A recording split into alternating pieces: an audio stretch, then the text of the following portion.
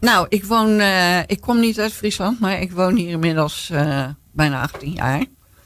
En ik heb gemerkt in de loop van de tijd, ik ben jurist van mijn vak, dat er uit de buurt en zo, als mensen dat weten, dat je toch regelmatig benaderd wordt door mensen met een vraag van, hoe zit dit? Ik heb een beslissing van het UWV gekregen, ik snap er niks van. We hebben iets aangevraagd bij de gemeente en we horen er niks van. Mensen die allerlei, ook in het kader van toeslagen en zo, allerlei papieren moeten invullen waar ze helemaal niet uitkomen. Dus dan kan je mensen snel even op weg helpen.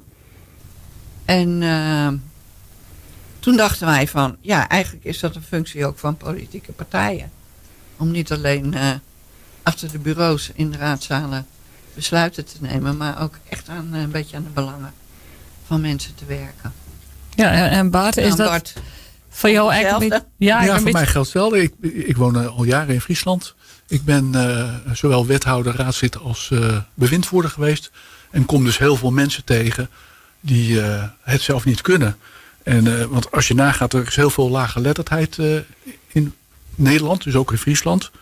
En ook heel veel mensen met laagverstandelijke beperking. En die krijgen brieven die ze niet snappen. En dat is niet alleen maar van overheden, maar ook van het energiemaatschappij, van de verzekering. En soms is het heel makkelijk om ze even te helpen, om ze op weg te helpen.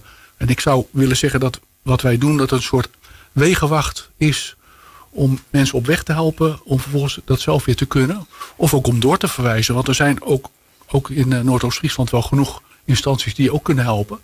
Maar die zijn soms wat hoogdrempeliger. En wij hebben een telefoonnummer en we hebben een e-mailadres en je kan inspreken. We hebben WhatsApp. Dus wij hopen dat er, als mensen problemen hebben in die aard, dat ze contact met ons opnemen. Dan gaan we ze helpen. Ja, dus op die manier probeer je met laagdrempelig te houden van mensen die hulp nodig hebben. Ja, klopt. Ja. En nog sinds maandje ben je hem los. Wat ben precies je plan, Ingrid? In ieder geval om dus goed bereikbaar te zijn. Mensen kunnen eigenlijk altijd bellen. Wij hopen wel dat als het niet echt dringend is, dat ze dan niet bellen op zondag. Maar als mensen echt in paniek zijn, dan moeten ze gewoon contact kunnen zoeken. Dus we werken niet met spreekuren, maar gewoon met beschikbaarheid. En voorlopig alles digitaal. Je kan altijd nog afspraken met mensen maken om iets wat uitgebreider te bespreken. En dan moeten we een beetje kijken wat op ons afkomt. En we hebben allebei genoeg expertise, denk ik, om vragen van mensen in eerste instantie goed te beantwoorden. En het gaat er ook niet om dat wij allerlei procedures gaan doen, maar dat wij mensen gewoon goed verwijzen naar waar ze hun rechten kunnen halen en wat daar dan voor moet gebeuren. En zorgen dat het ook binnen de termijnen blijft. Hè? Want een heleboel dingen lopen gewoon ook mis, omdat mensen langer dan 6 weken een brief laten liggen van de overheid. Kortom, dat soort hele concrete, simpele dingen.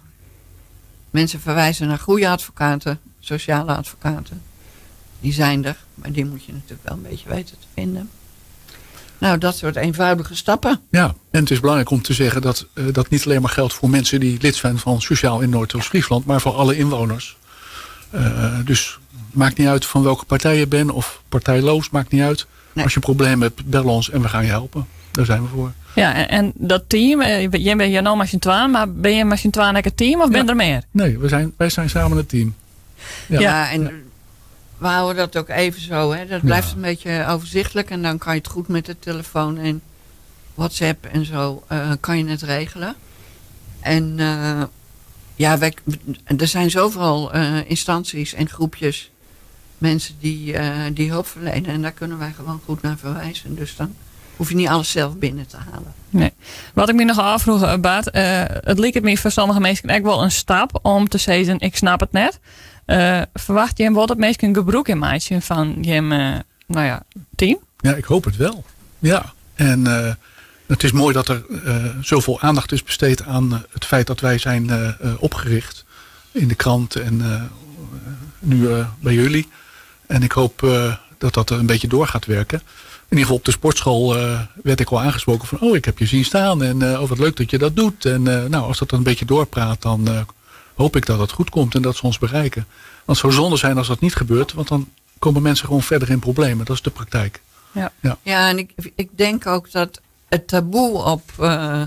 ik snap het niet of ik kan het niet lezen. Nou, ik kan het niet lezen, er zit nog wel een groot taboe op, denk ik. Maar dat je een brief van de gemeente of van het UWV of van de belasting niet begrijpt. Ik geloof dat het taboe daarop toch wel minder wordt. Ja. Met name ook door die toeslagenaffaire is natuurlijk toch wel...